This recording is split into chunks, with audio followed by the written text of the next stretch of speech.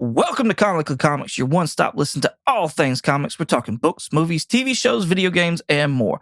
I must forewarn you, though, we are a spoiler cast, and what that means is we consider all properties, past, future, and present, to be valid, and we will spoil the hell out of them. I'm your host, Michael, along with my two co-hosts, Richard and Jeremy, and with all that being said, let's get started.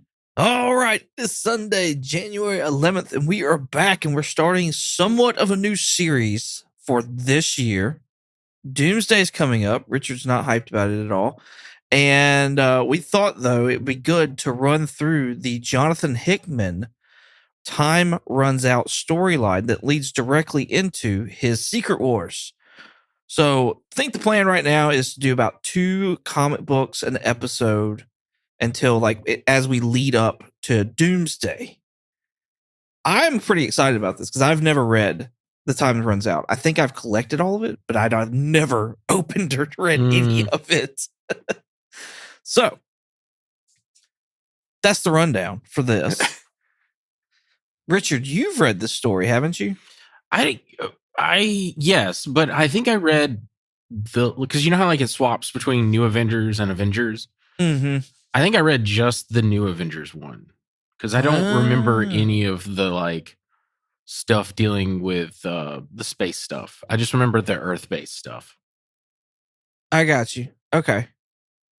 I don't know. It's been a while since I've read it, but I do recall reading when we read New Avengers, when we get into that, the second issue, if you will. Yeah. I remember that, but I do not remember this first one. Maybe I didn't read this first one or something. I don't know as we get into it, but I do know basically what happens. But anyway. Yeah. Cool. Jeremy, have you read any of this? No. No. Well, I almost went to the whole offended that you thought I wouldn't read it, but no, I'm just going I didn't read it. We all know better than that now. Yeah. Yeah, I know. All right, we'll start off with Avengers 35. I pulled the reading order from Marvel.com. So if you're listening to this and you want to get ahead of us or whatever and start reading this, there you go. Run over there. Like Richard just said, we're going to be doing an Avengers book and then a New Avengers book. And that's going to be kind of the alterations that we go throughout the year. So first one up, Avengers 35, titled The Three Avengers, which I don't really know why it's titled that. But The Three Amigos. The Three Amigos? Jeremy, what's your whelming on this book? I am just whelmed.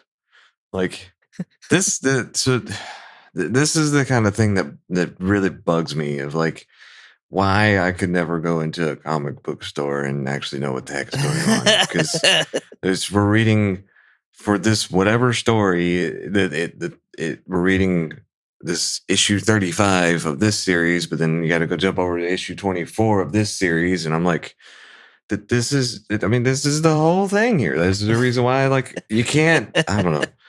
It just But to the comic itself, the comic book itself, I said, I'm whelmed just because it's a story. I have no idea what the heck is happening really. But as we go through, get further into it, I'm assuming some of this will tie together. But as of right now, I'm just trying to figure out who's doing what. Yeah. I think the hope, right? That it all ties together. Yes. Absolutely. I think the second issue does a better job at setting as the setup. This first issue is just kind of here's what's going on in space. Wait, the first issue 35, Avengers issue 35 is just kind of here's what's going on in space. So as in next week's issue that we'll be reading? No. This issue, the current issue that we are talking about, Avengers number 35. Well, no, but you said the first issue doesn't you're talking about the second issue does a better job of telling. Yeah. So Avengers or New Avengers. So this is why I hate. This is why I don't like this is numero uno. Why I don't like tie-ins and why I hate this jumping around to tell a story from issue to different in other words different titles to get the full scope of the story. I hate it so much. I'm talking about New Avengers issue 24 The one where it deals with Doom. Spoilers when we get into that. Sorry, Michael. Yeah. No, you're good. That one does a better job at setup than the Avengers 35, which is the first issue of this time runs out arc. Yeah. Okay. As far as my whelming goes, with all that being said, I think I'm underwhelmed with this first issue, because even I was like, I think I know maybe 4 people from this issue.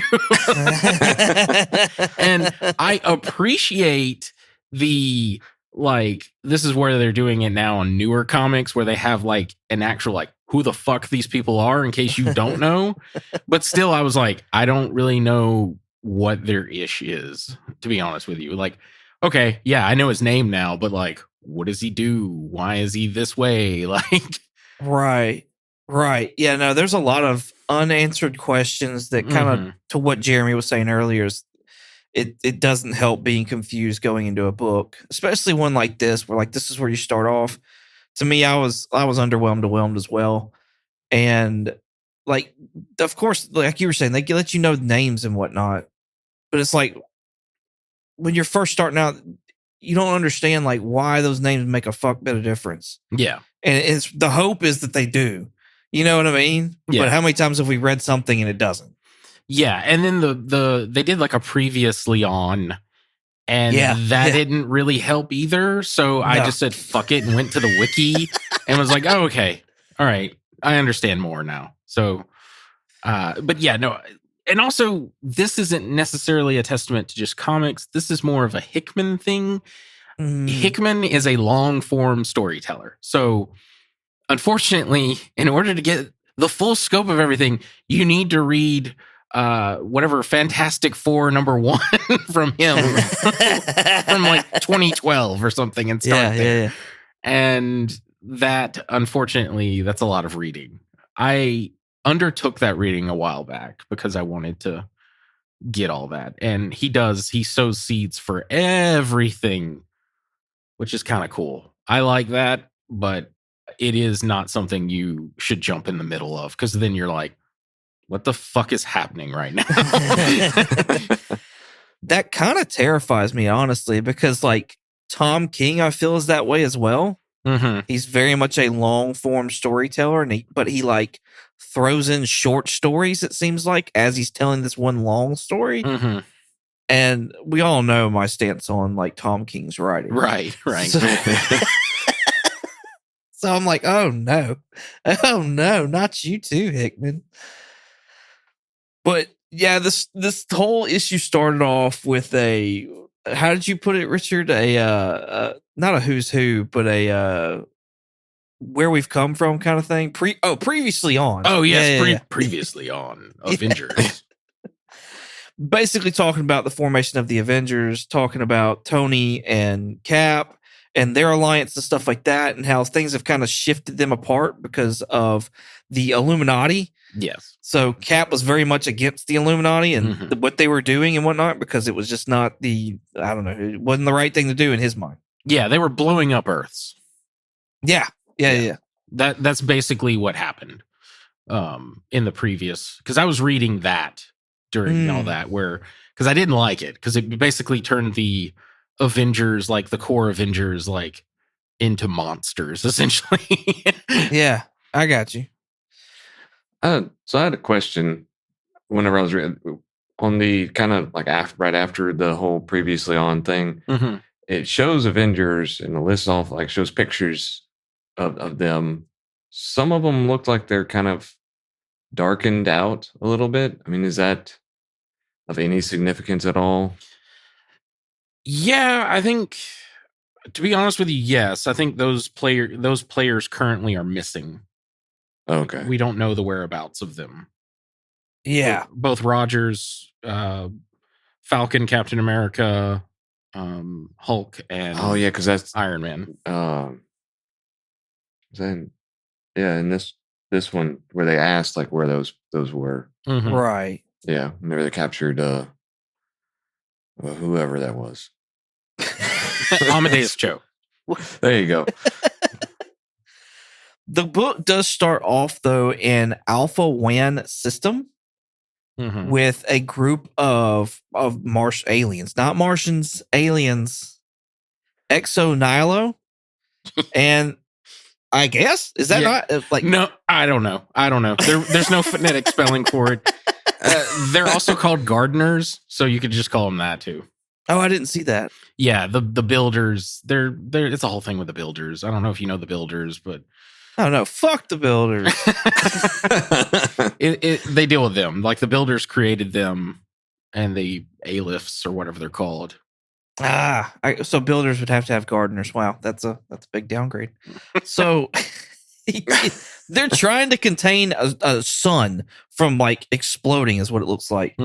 And this also gives us the introduction of the character Abyss, which I feel like she's going to play a kind of a big role as the story goes on, just from things that I've heard. And Abyss lets us know that the universe is collapsing and Earth is like the center of this collapse, which points us right back to like the Avengers and all the other jazz and gets us headed back to Earth. We then take a sidetrack over to I don't even know where this was, but I know the Imperial Guard takes watch over this area or this planet, or maybe just its headquarters. Yeah, I think it's like the capital of the Shi'ar Empire. Oh, okay, cool. I did not know that. Yeah. I did not. I didn't either. I looked this shit up, to be honest with you. Because I'm not like, I know dick all about Marvel's cosmology. Like, I know just enough. And this was all dealing with space stuff. So I was like, I don't know what the fuck is happening right now. Speaking of things that I didn't know what the fuck, Manifold, I don't even know who this character is, but he's hanging out with another character. I believe that's Sunspot. It is. Okay. And I know Sunspot from, like, we've seen Sunspot in the New Mutants movie. We've seen it in X-Men 97. So, like, people that have done these things, you're aware of who Sunspot is, or at least who he is. And then Cannonball as well was in the New Mutants movie. And I'm like, why is Cannonball out in space? And why has he got a sugar mama or whatever up here as well? Because of whatever happened in the previous, like, New Mutants title or Uncanny X-Men title or whatever one that he was in. I didn't look that up. I didn't care enough to even know. It's just like, okay, Cannonball, because like the X-Men deal with space all the time. It's the Shi'ar Empire. They did something. He decided to stay instead of go to Earth. And I don't know. He met a lovely lady and they had a child. Yeah.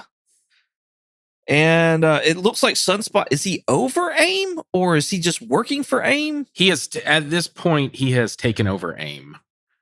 Which is crazy. Yeah. Well, I mean, he makes a comment in the comic about how, like, turns out if you run an evil organization like a business, they're susceptible to hostile takeover. So he apparently just bought them out and then kicked all the, like, evil people out of AIM and now is running it. Because I think currently he's part of the Avengers, if I'm not mistaken. During Sunspot is? Yeah. That would make sense with the title of the story, talking about the three Avengers and like kind of going through where some of these people are.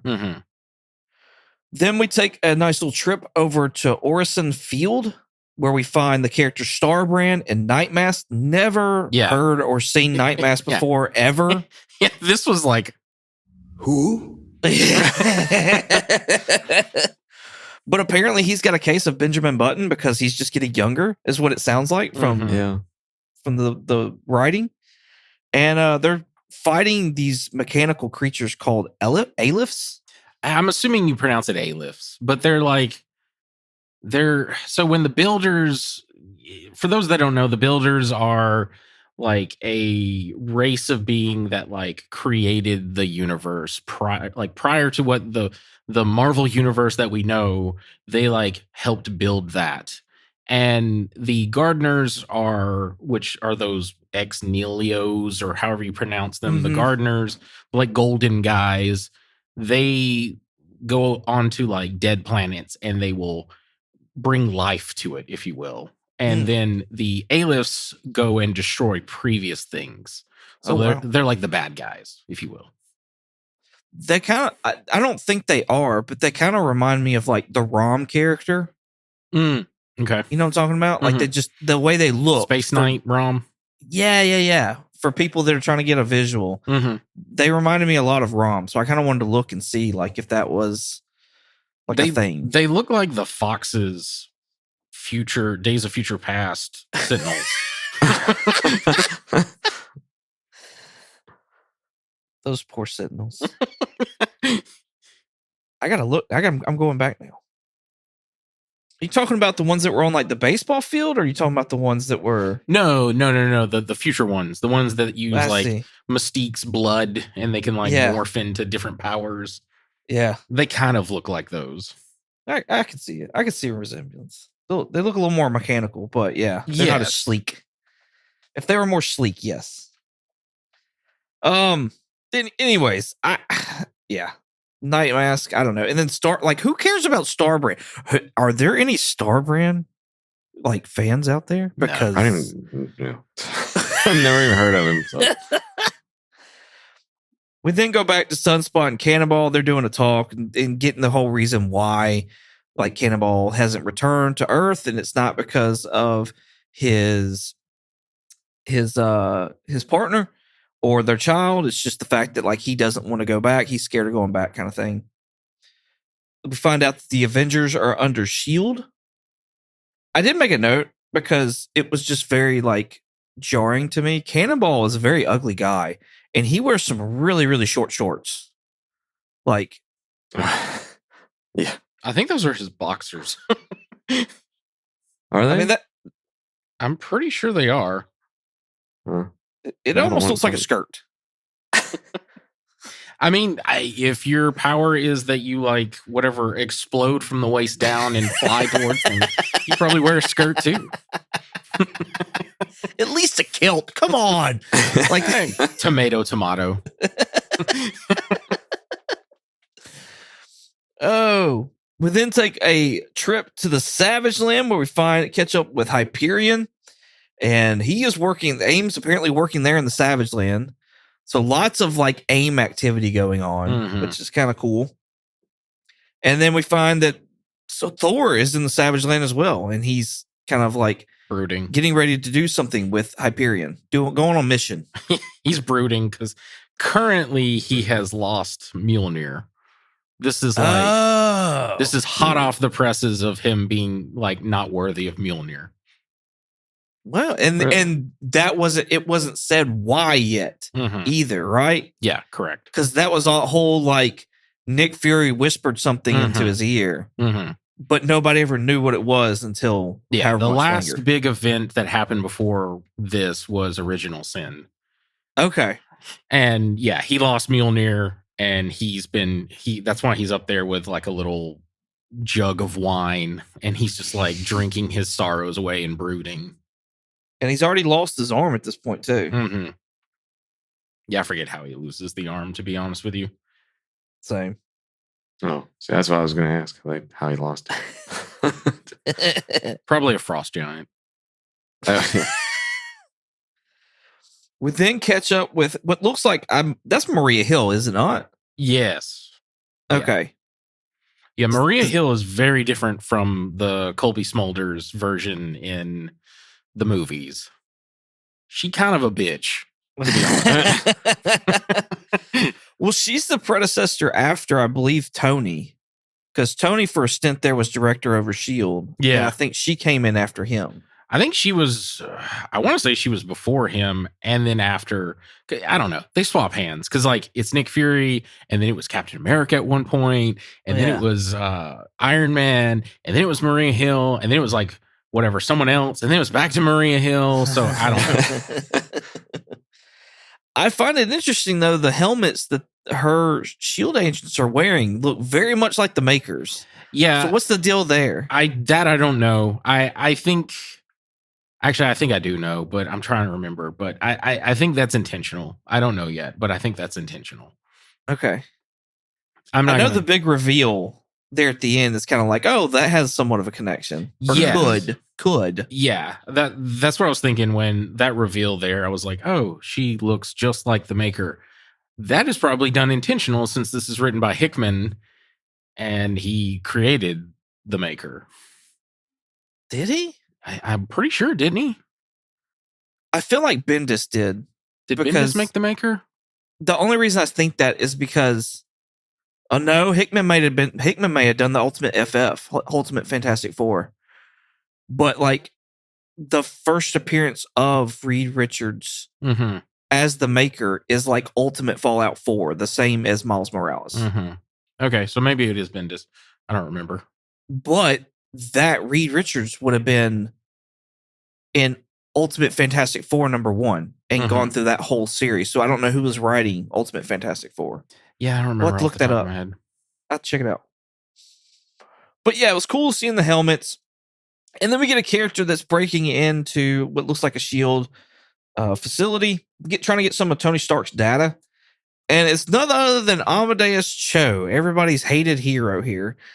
And what I've never read anything with Amadeus Cho. Have either of y'all? Yes. No. Jeremy, what's your first impressions of Amadeus Cho? Okay. I mean, I don't know. Like he's, I guess he's just, is he some kind of super smart type thing, or just good at like algorithms or patterns or something? He's like super smart. Like, yeah. I forget his claim to fame is like he's the 7th smartest person in the world or something like that. Yeah, something like that. Huh. I mean, is that it? I mean, well, I know it's a big deal, but you be trying to be the 7th smartest person in the world. I don't know, but like Reed is the first, yeah, right? I forget the order now. It goes in. It used to be like Reed, T'Challa, Iron Man, probably Banner. I'm trying to think. This is only heroes too. This isn't just villains, or this doesn't include villains. Anyway, Hank Pym is in there because I remember the issue that I'm thinking of is there's a moment where Hank Pym has been gone. He has returned. Amadeus Cho is there, and he's being a smug little smartass to Hank Pym, and he's like, "Don't you know who I am? I'm the 7th smartest person in the world." And Hank Pym replies, "Well, now you're the 8th." No, I don't. I guess the main thing I was referring to is just, with all those, they have some kind of other ability. So is he just intelligence? No, currently, no. He will eventually become Brawn. Yeah. Which is a Hulk character. I was about to say, is that supposed to mean something to me? Yeah. He's supposed to be a Hulk character. He is so right now he's just really smart. He's just a smart dude. Okay. Yeah. Doesn't have any superpowers. You could technically consider his weird, like, I don't know, Limitless, that movie with Bradley Cooper, like with all the like math equations floating in front of him. Yeah. Like that is probably his quote unquote superpower, but it's just he's really smart. Yeah. I gotcha. Richard, what are your thoughts on Amadeus Cho? Oh, I think he's a little prick. This doesn't really show it though, but I know the character. Yeah. I haven't read some newer stuff since he became, like, when he was totally awesome Hulk. I didn't really read it because I was like, nope, I hate Amadeus Cho. I do not care. Yeah, I was going to say, this is my first reading of him. I really like the character. I know that he's not what everybody has in this particular story so far. Mm-hmm. He is not what I've heard most people say that he is. And so I'm glad I got this kind of first impression of him. Now, is that to say that, like, later on he could change my mind? Oh, he absolutely could change my mind. But I was glad to get this first impression of him. I thought that was cool. Yeah. I like the whole algorithm thing. I like that visual way of telling the story of like how he's thinking. Like that's neat to me. Did any of y'all pull out y'all's phone to do the AR thing? The AR?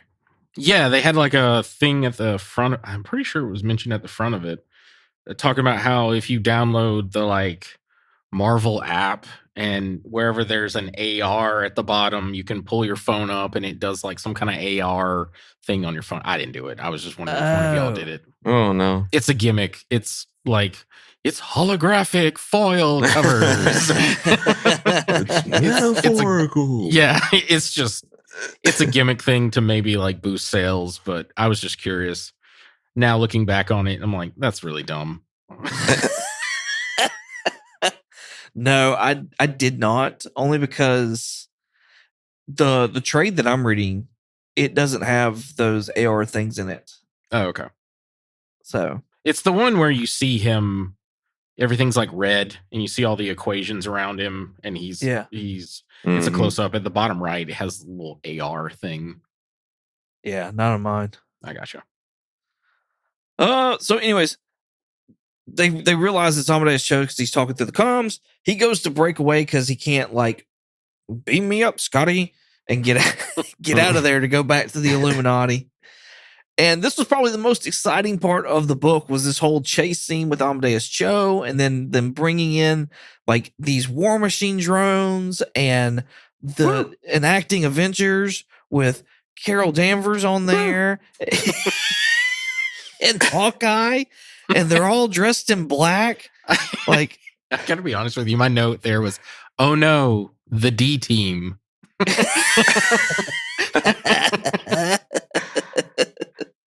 Not the D team. Anyways, there's a fight that breaks down. It's pretty cool. I like the thing where like War Machine's like been hacked essentially, and so he's like shooting at Carol and he's shooting at Hawkeye, and I'm like bro could have just about killed Hawkeye here, right? That was my point. I was like, the only one Cho really needs to worry about is Carol. And because like I'm like he could easily hack War Machine, and then Hawkeye, like I shoot really well with a bow. Like that's why I was just like, oh no, the D team. But Hawkeye's hollering, he's like, look out, Carol, and she's like, I'm fine, Hawkeye. Just running a little hot. I know that was, I love that moment because he was like, look out, Carol. And I'm like, what does she have to worry? It's just like, it's just bullets and fire. Like, she's essentially going like, stop with that. So much so that she just obliterates the War Machine. It's a drone. There's nobody in it. No roadie. So. Yeah, because this is the other thing that I cannot remember. Did Civil War II happen already? Because Rhodey's dead in that. Oh. And that's what I was wondering, if that had happened. Civil War II, I don't think happened yet. Yeah, I don't think it did either, but I couldn't remember. I don't think it did. Did he come back in Civil War II? I don't remember. I hated that title. I like spite read that. Yeah. Right. So Amadeus Cho is captured by Richard's D team here. They start questioning him. They're looking for Tony Stark, which this is where, like, when you see Tony Stark in this is that Supreme Iron Man. A lot of people, when they're talking about Tom Cruise coming in as Supreme Iron Man, this is the Iron Man that they're talking about right here. The way this Iron Man looks. He actually was like a bad Iron Man at that point in time, like really bad guy. So, and that was all transitioning like right into Secret Wars. Yeah, due to bullshit stuff that happened in Axis, it turned all the villains good and all the heroes bad that were like around when that happened. And Iron Man was one of those people, so he became like an evil version of himself. Oh, I didn't know that. Yeah. I didn't know that was the reason why. Yeah, it's so stupid. It's they go, I'm trying to remember. It's like Red Skull goes and gets the brain of Charles Xavier and like puts it into him, and he becomes red. He becomes Red Onslaught instead of Red Skull. Yeah. And then they all fight, and I forget how he's defeated, but like due to that happening, a like psychic wave hits, and it like turns everybody that's in the area like backwards, or like they made a logo called Axis, and then they wrote a story for it basically. Yeah. It's one of those logos that you can read whether you flip it upside down or not. Like, right. That is all the whole. It was such a stupid ham-fisted story. But that's where we get like Zenpul from, and Supreme Iron Man, and I thought it was Superior Iron Man. Superior Iron Man, yes. Thank you. Sorry. Superior Iron Man, Supreme Iron Man just has that red logo Supreme. You know, he's very hot and fresh with the kids these days. No, He's sponsored. yeah. But yeah, he ended up making, like, he took like the symbiote suit and made like a new Iron Man suit out of like the way symbiotes work, because it's like a liquid form. Yeah, I vaguely remember that. Yeah. I have the whole volume and I started reading it, but it was so off-putting because I wasn't reading Axis or anything. I was like, why the fuck is Tony bad? Like it did, and I was just like, I got behind on comics, and I was just like, nope. Yeah. There's other things to read. To be honest with you, just know that Axis turned him bad. Don't read Axis. It's a bad story. But they want to know where Banner is, Hank Pym is, Captain Britain, Doctor Strange, Beast, Black Panther, Black Bolt, all members of the Illuminati. And Joe's basically like, look, don't nobody know where Iron Man is. I don't know where Iron Man is. And I ain't telling you where none of these other guys are. And the person who is like coming up front with this maker helmet is like, oh no, I'm going to find out. You're going to tell me where it is. She takes off the helmet, and it is Sue Richards there in a shield outfit. So, wanting to know where her husband Reed Richards is, and that's where they stop that issue at. So, yeah, for me, the last part with Amadeus, like whether it was Amadeus or not, that was irrelevant. It was more just the action that was there. I thought all that was fun. Yeah. No, I agree, because it's like at that point we're back on Earth, and it's like, oh yeah, people I know. I know for you, Jeremy, it wasn't, but I was just like, because the space stuff, I was just like, what? Okay, like I get, like I know I've read Secret Wars, so I know that whole like, oh, this star is dying, and even though it's like a yellow sun and it should have billions of years of life on it, it has collapsed. Something big is coming, and it's just like, yeah, I know. What? I don't know. Maybe because I already know what's happening, it's just not interesting to me. I think for me, it was just the characters. Like I was like, okay, like I'm sure hopefully I'm going to be grateful to know, like, as the story goes on, but like the characters that we're being introduced to just are not big characters in Marvel mythos at all. Like, no, yeah. No, I agree. Jeremy, do you have any questions? Anything that we can clarify here for you? Well, I mean, yeah, I would have a ton, but I don't know. I'm just waiting. I kind of like what Richard said, as far as like this one was just I don't know. It's just here's the start of it kind of thing. Doesn't necessarily explain too much. So I'm hoping that this, like, next week's issues will also expand on that a little bit more. So yeah, I'm just going to give it time to see if it fills in the holes. Got you. Yeah, I felt like this is kind of like, where are they now? And just kind of like, here are these players, and here's where they're at right this second, and we're going to start moving them towards the main story. I'll be honest with you, there's certain things that I don't think it'll answer. Like, I don't think we'll get an answer to like whatever the fuck they're doing in the Savage Land.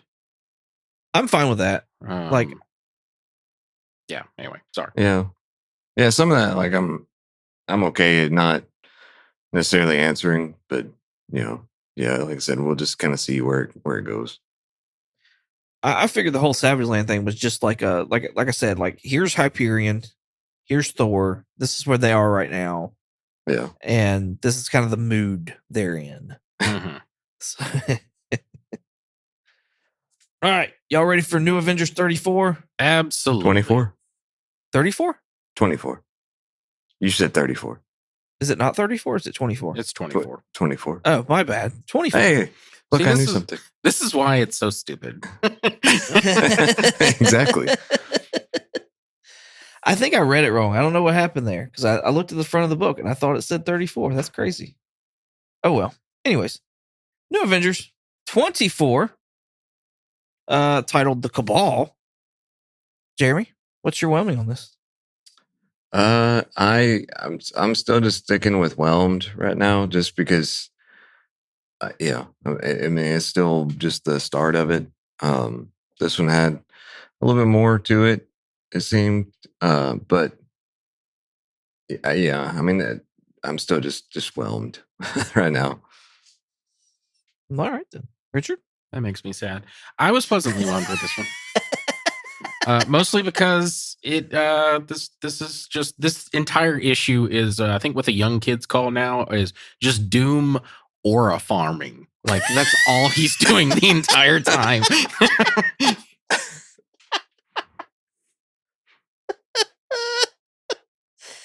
Oh, thank you, Richard, for your hip talk. Appreciate that.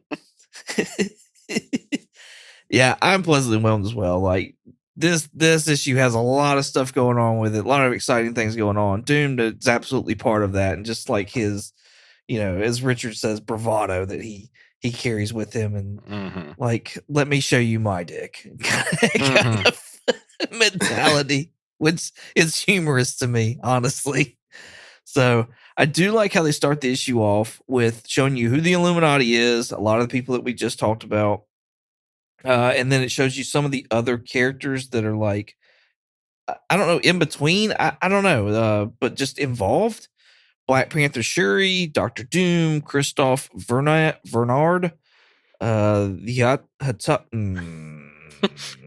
Which one? Who? Wakandan Strike Force. How about that? We're just going to say that. And the Dora Milaje. Then you get the Cabal, another group that we have yet to see or talk about, consisting of Namor, Maximus, who is an Inhuman, I believe the brother to Black Bolt. Yep, he's Maximus the Mad. Yeah. Black Swan, which I had never heard of that character before. Yeah, well, she's solely created by Hickman for this like mystery of like who the Black Swans are. No, because that was a whole thing during Avengers where they meet the Black Swans, and anyway, we'll probably get that answered. Terrax, that's a Fantastic Four villain. Thanos, of course, we all know who that is. Proxima Midnight and her husband Corvus Glaive. We all know those characters as well from Endgame and Infinity War. So that was pretty cool.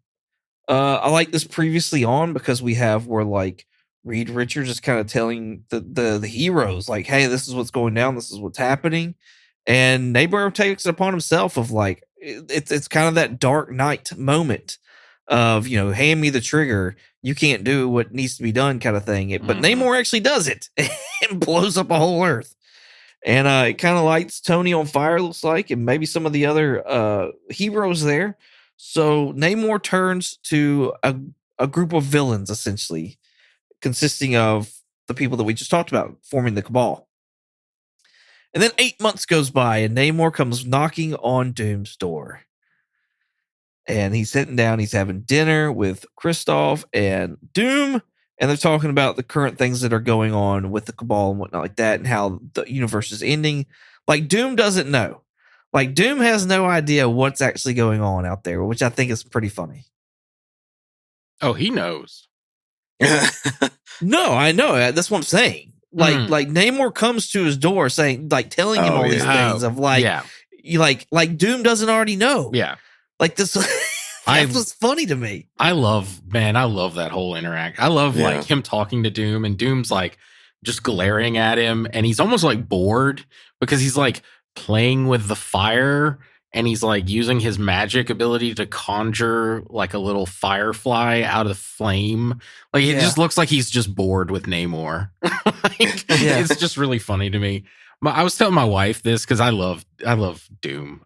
He's so ridiculous. I love the Transylvanian fucking castle on the mountainside, and then like if you look at the actual like design, he's got this ridiculously long table. Namor's on one side, Doom's on the other, Christoph's in the middle, and like you see murals of other Von Dooms, and then right behind Doom is a mural of himself like posing very like ominously looking. And anyway, my wife mentioned though, she was like, did he serve him fish? And I was like, no, but that would have been so fucking funny if they had served him fish.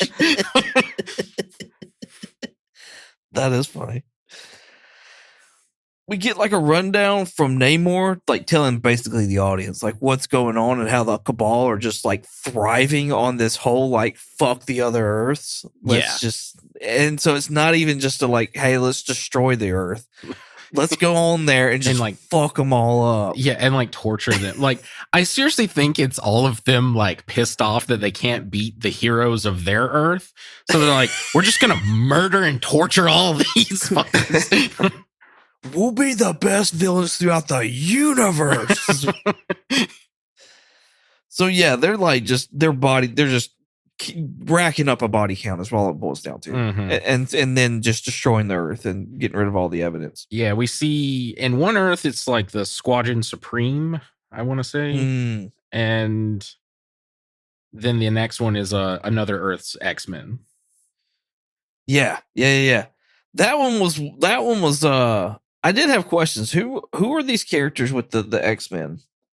Who are these characters that they're kind of like Corvus Glaive is holding in front of Charles, because they're trying to get Charles to bow down to them essentially and to like beg for death. It's Cannonball and Wolfsbane. Okay.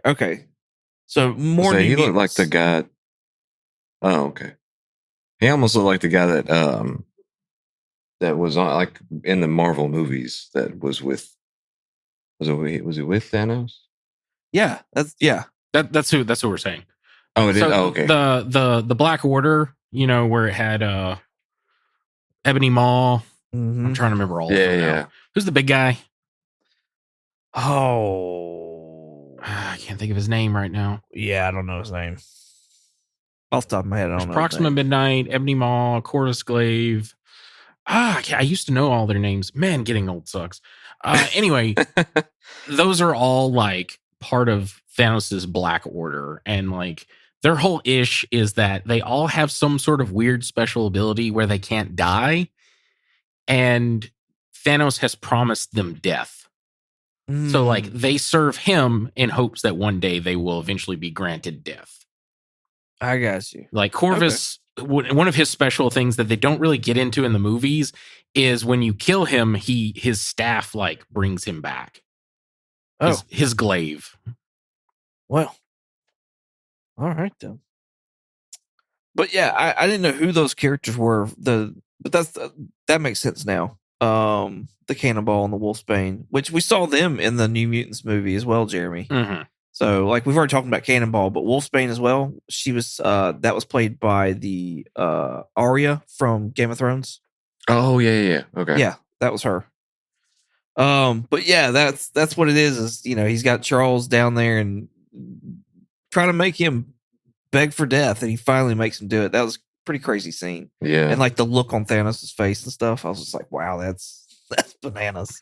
I wrote the the like Terrax or whatever. I'm like, he talks too much. he is like, he's like making this huge speech for Thanos, and I'm like, I feel like Thanos would be like, dude, shut up. You're not like, why are you speaking for me? He was trying to be poetic here. He had a whole like play going on with these skulls. He really did.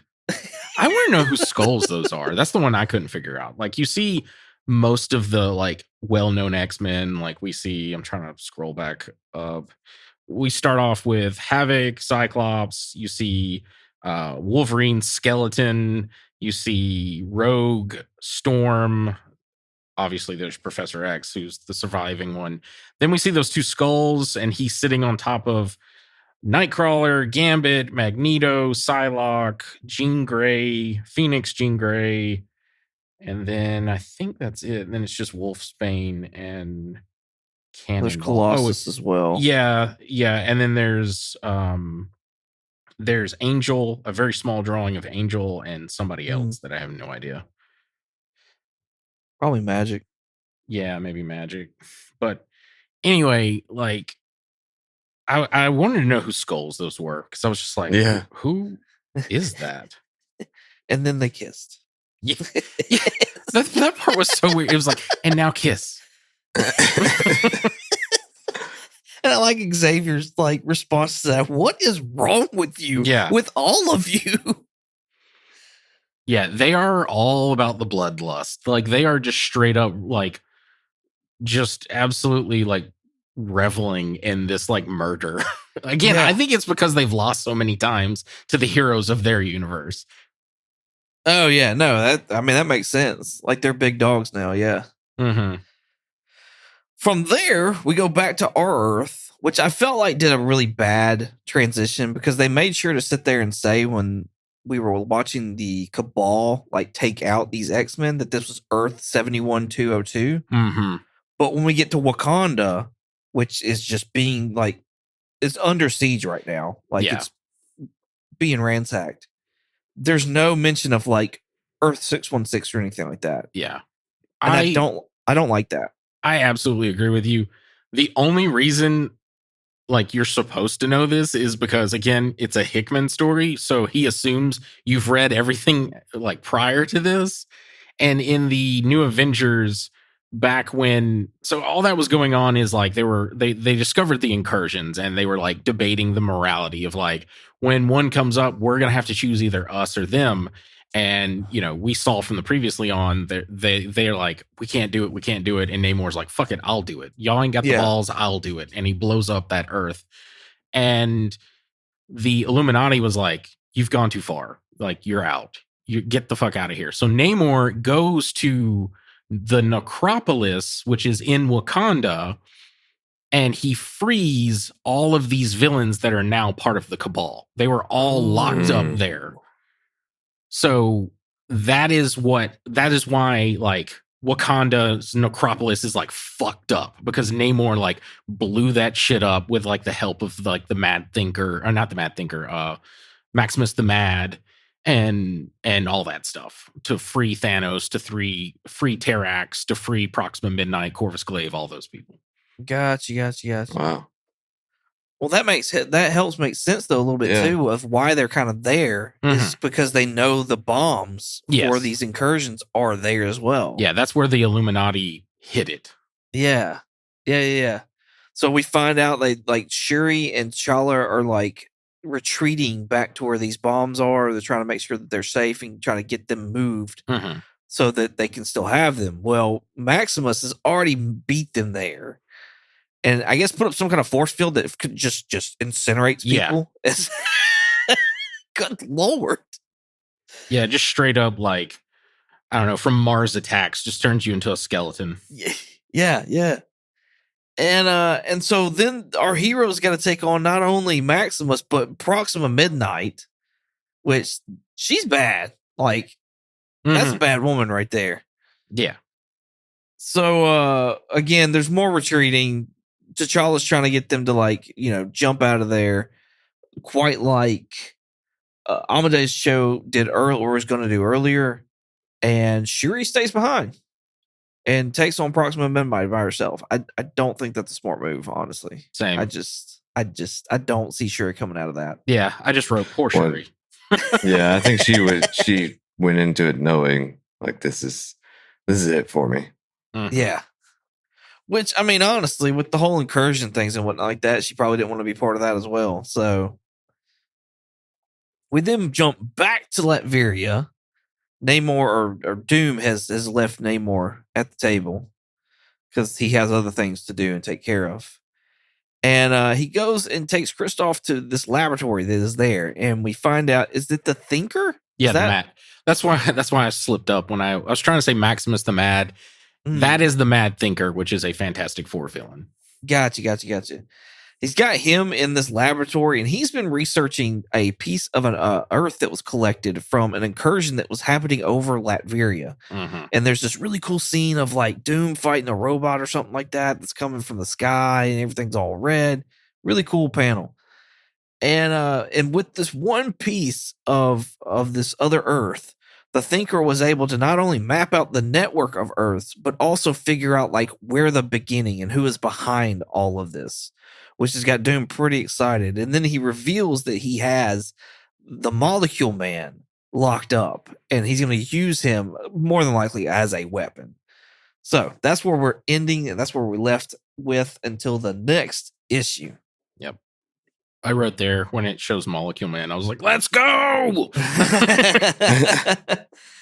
We kind of skipped over some of the dialogue and stuff like that between Doom and Namor, but I really like the part where like Doom's kind of like messing with him, talking to him a little bit at the dinner table, and he finally gets to a point where he's like, oh, well, this is kind of what you want. You want my help. So why don't we actually talk about this?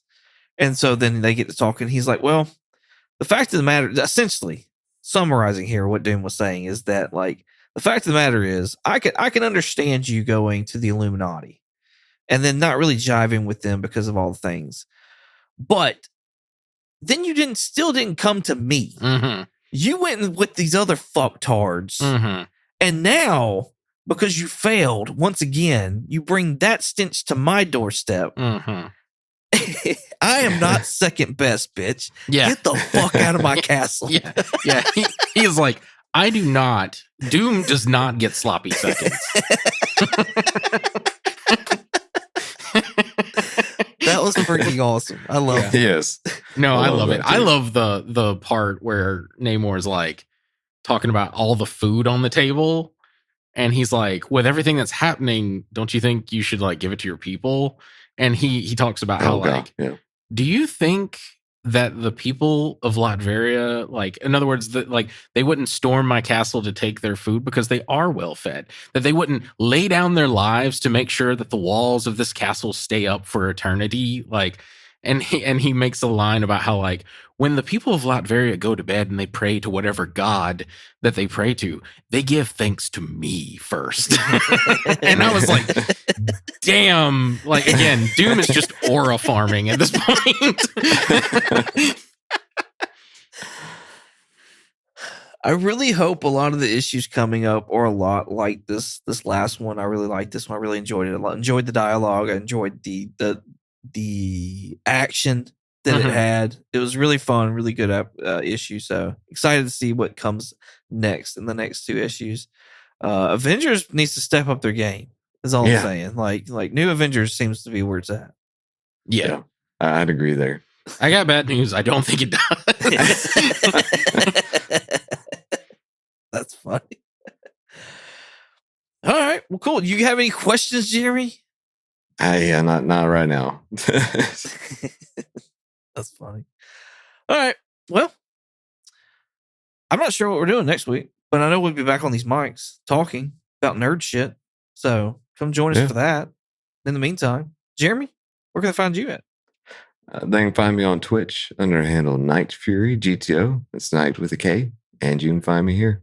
Awesome. Richard? If you want to contact me directly, I have an X, the platform formerly known as Twitter, and Instagram, a Blue Skies, and a Threads. My handle is Night Curry, night like day and night, and curry with a K. If you want to contact us directly, we have a Gmail. Our Gmail is comicallycomicspodcast@gmail.com. And if you want to check us out on YouTube, possibly TikTok, we'll see. And Instagram, you can check us out under the name Comically Comics Podcast. And if you want to check us out on X, the platform formerly known as Twitter, you can check us out under the name Comically Comics with an X. Awesome. You can find me on Instagram, eBay, and Shortbox22_comics. You can also find me on YouTube at 22 Comics. Thank y'all so much for listening. I hope you enjoyed it as much as we did making it. Well, that means say goodbye, Jeremy. Bye, Jeremy. Goodbye, Jeremy. Goodbye. Doctor Doom! Is this a bad time?